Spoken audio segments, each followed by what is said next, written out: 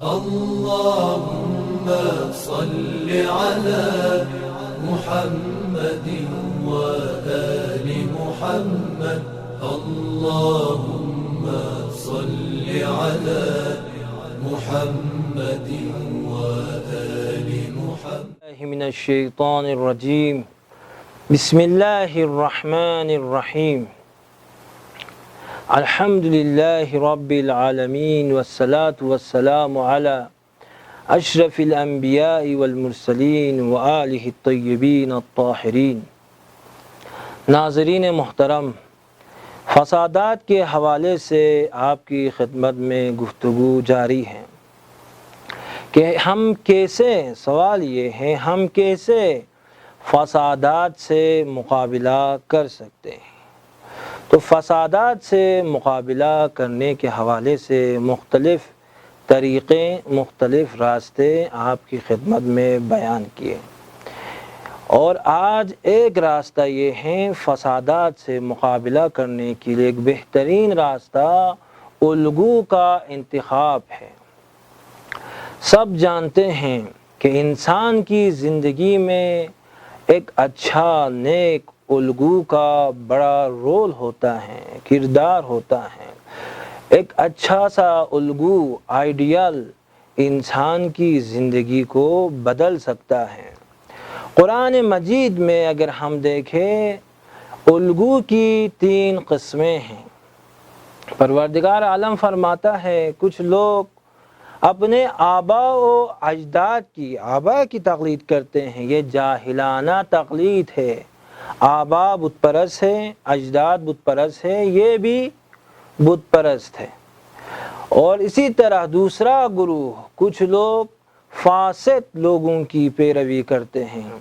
جب جہنمیوں سے پوچھا جاتا ہے، قرآن مجید میں نقل ہوا ہے، جب پوچھا جاتا ہے جہنمیوں سے کیوں جہنمی ہو گئے ہیں، تو وہ لوگ جواب دیتے ہیں کہ ہم فاسد لوگوں کی، فاسد اصولوں کی ہم پیروی کر رہے تھے، تو فاسد الگوؤں کی وجہ سے ہم جہنمی بن چکے ہیں.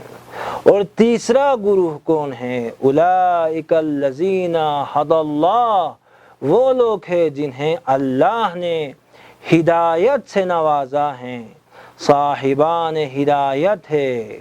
فبہداہ مقتدہ، ان کی اقتداء کر لے. اور دوسری جگہ پہ پروردگار عالم نے ارشاد فرمایا وَلَقَدْ كَانَ لَكُمْ فِي رَسُولِ اللَّهِ أُسْوَةٌ حَسَنَةٌ، تمہارے لیے رسول خدا میں الگو ہے، اسوہ ہے، نمونہ ہے.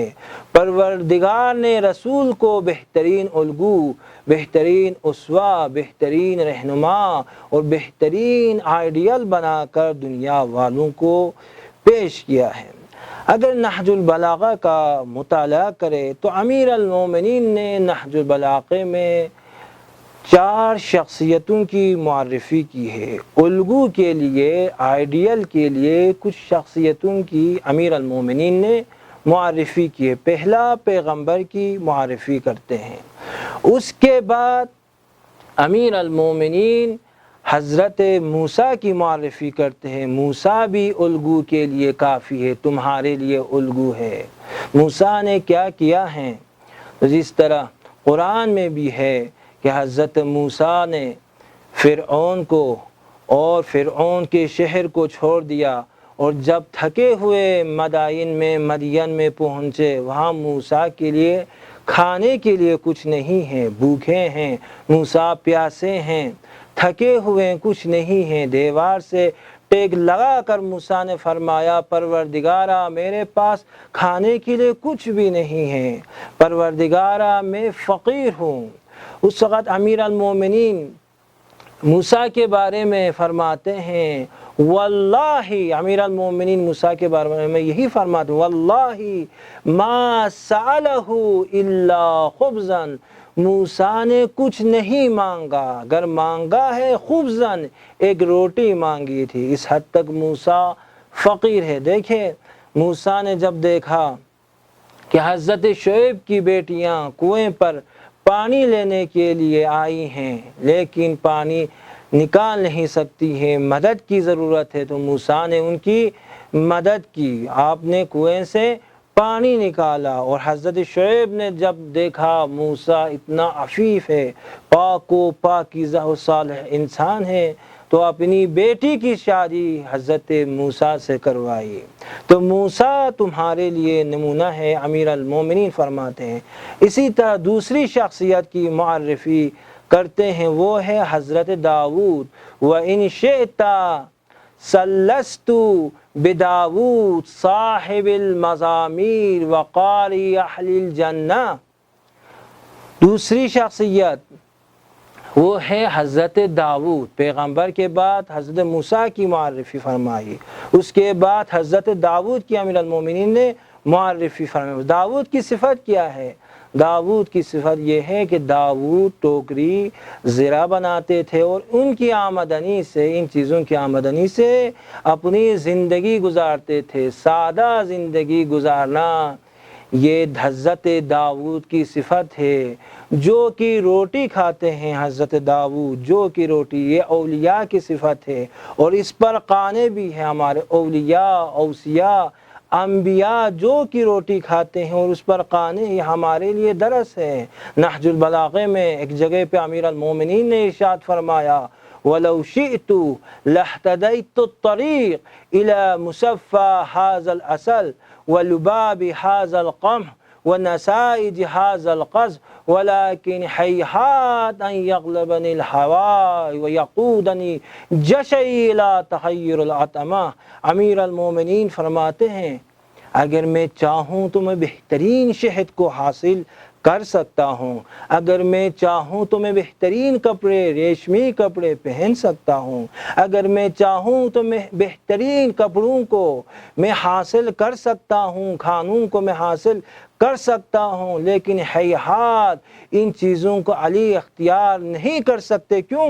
ہیہات ان یغلبنی ہوائے، یہ تمام چیزیں ہوائے نفس کے مصداق ہے، اور ہوائے نفس امیر المومنین سے دور ہے، بعید ہے ہوائے نفس علی پر غالب آ جائیں۔ تو امیر المومنین فرماتے ہیں کیسے ہو سکتا ہے؟ یمامہ میں میرے اطراف میں لوگ بھوکے ہیں، پیاسے ہیں، تڑپ رہے ہیں، اور امیر المومنین شکم سیر کھانا کھائیں۔ اغنو من نفسی بان یقال ھذا امیر المومنین ولا اشارکہم فی مکارہ الدار۔ یہ کیسے ہو سکتے ہیں؟ لوگ مجھے امیر المومنین کہہ رہے ہیں، خلیفۃ المسلمین کہہ رہے ہیں، اور میں پیٹ بھر کے کھانا کھاؤں اور میرے ارد گرد کے لوگ بھوکے رہیں، پیاسے رہیں، سختیوں میں، مشکلات میں ان کا ساتھ نہ دوں، ان کا شریک غم نہ بنوں، یہ نہیں ہو سکتا۔ تو امیر المومنین نے ان شخصیات کی معرفی کی اسوے کے طور پر، اور آخر میں پیغمبر خدا کی بھی معرفی کر کے فرماتے ہیں بہترین اسوہ، بہترین الگو اور بہترین آئیڈیل پیغمبر خدا ہے، رسول خدا ہے۔ رسول خدا کی پیروی کرنا، جس طرح قرآن میں پروردگار نے فرمایا اِنَّكَ لَعَلَىٰ خُلُقٍ عَظِيمٍ، آپ خلق عظیم پر فائز ہے، خلق عظیم پر سوار ہے۔ علا استعلاء پر دلالت کرتا ہے، علا حرف جارہ ہے اور استعلاء کے لیے، یعنی خلق عظیم پر سوار ہے، خلق عظیم پر مسلط ہے، خلق عظیم پیغمبر کی سجیت بن چکا ہے، پیغمبر کا حصہ بن چکا ہے۔